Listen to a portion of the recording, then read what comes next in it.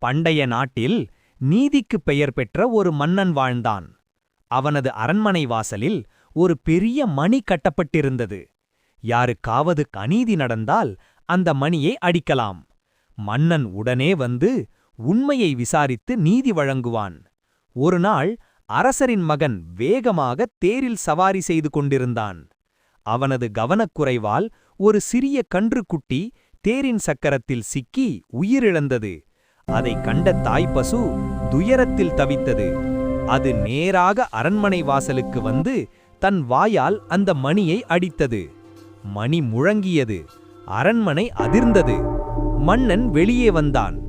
அவன் முன் நின்றது ஒரு பசு. அதன் கண்களில் கண்ணீர். அவன் விசாரித்தான்.